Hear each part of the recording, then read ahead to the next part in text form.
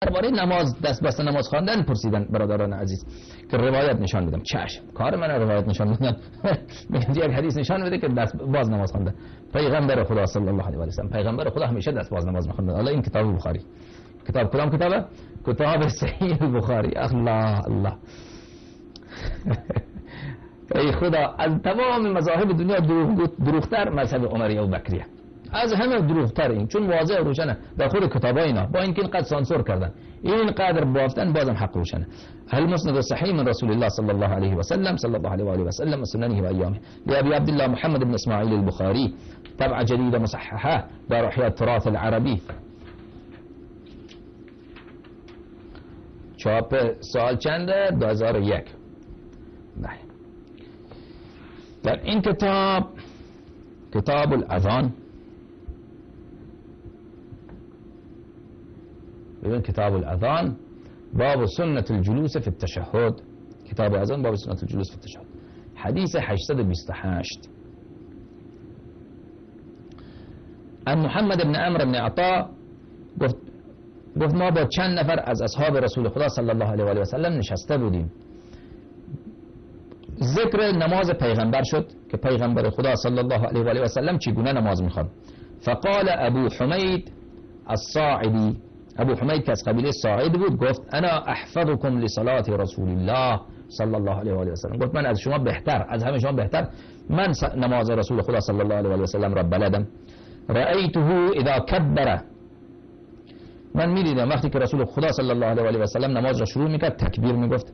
جعل یدیه حذا من کبیه، دستای خود در مقابل شانه های خود میبرد. و اذا رکع امکن یدیه من رکبتیه، و وقتی که رکوع میکرد دستای خود به زانوان خود میرسانید. ثم حصر ظهره، و پشت خود را راست میکرد. فاذا رفع رأسه استوى، و سر خود را وقتی که بلند میکرد دیگر مستقیم میستید.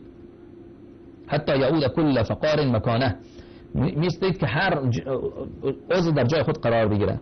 بعد سجده میکرد، دو دست خود را بر روی زمین میگذاشت و کفای دست خود را باز میکرد، بسته نگه نمیداشت.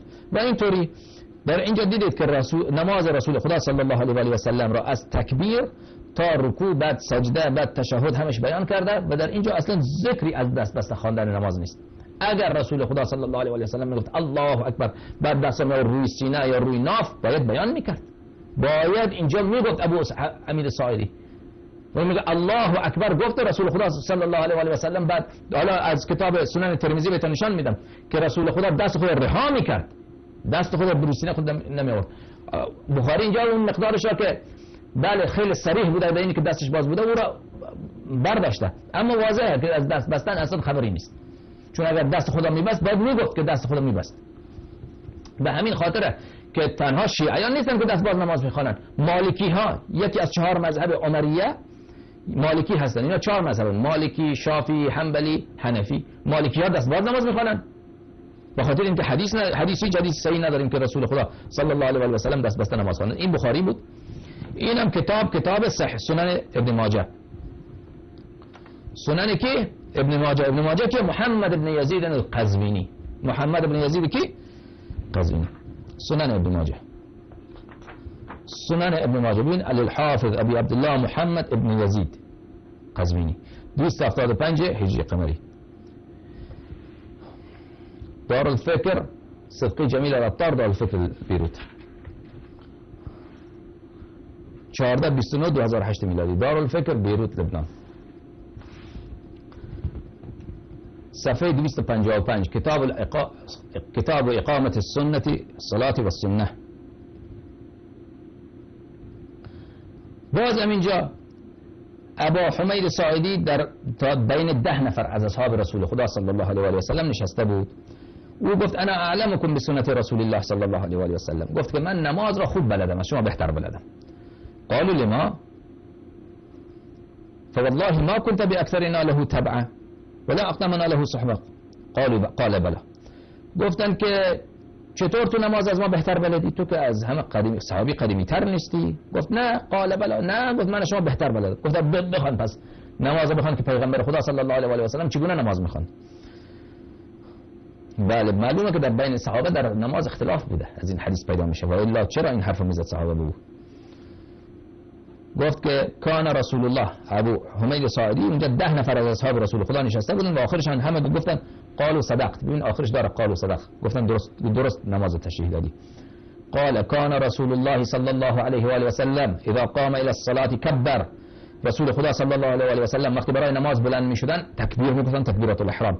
ثم رفع یدیه حتی یحاذی بهما منکبیه، دست خود را بلند میبردن به اندازه شانه های خود وقتی تکبیر گفتن. بعدش که تکبیر گفتن چیکار میکردن؟ و یقر كل عضو فی موضعه. وقتی که تکبیر گفته بودن بعد چیکار میشد؟ بعد هر عضو در جای خود قرار میگرفت. ببین این کلید حل اینجا هست، کلید حل دست بسته میخواد یا دست باز. بعد که تکبیر گفته بود دستای خود به اندازه شانه خود بلند برده، بعد که دستا رو رها میکنه چی؟ هر عضو در جایگاه خود قرار میگیره.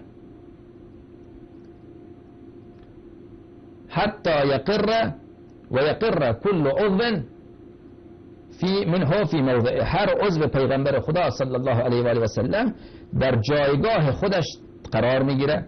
خب ثم یقرأ، بعد فاتحه الکتاب سوره حمد میخوان، بعد تکبیر میگفت، بعد باز دست به تکبیر بلند میکرد و بعد سجده میکرد، رکوع میکرد، بعد سجده. خب دوستان عزیز دیدین اون بقیه‌اش دیگه تشهد اینا رو بیان میکنه، سجده رو بیان میکنه، تشهد، رکوع چگونه میکرد، الله اکبر میگه، دست رها میکنه، هر عضو در جای خود قرار بگیره. این دست انسان رها میکنه هر عضو در جای خود قرار بگیره. دست کجا میره؟ دست روی سینه میره، دست روی ناف میره، یا دست در پهلو میاد؟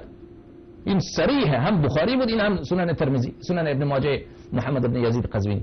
خب دیگه شما چیکار میکنید؟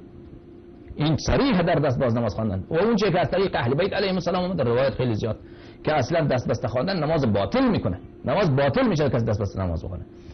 مالک هم که امام مالک اونم که فتواش معروفه که دست بسته باز نماز میخونه. دیگه حالا دیگه دل شما خنده میکنین، دل شما گریه میکنین. عزیزان من، یک مذهب در دنیا حقه، مذهب شیعه اثنا عشری، 12 امامی، دیگه همگیشان باطلن. عزیزان من این حقیقته. خدا 70 دین 7 میلیون دین نفرستاده، خدا یک راه را فرستاده. حتی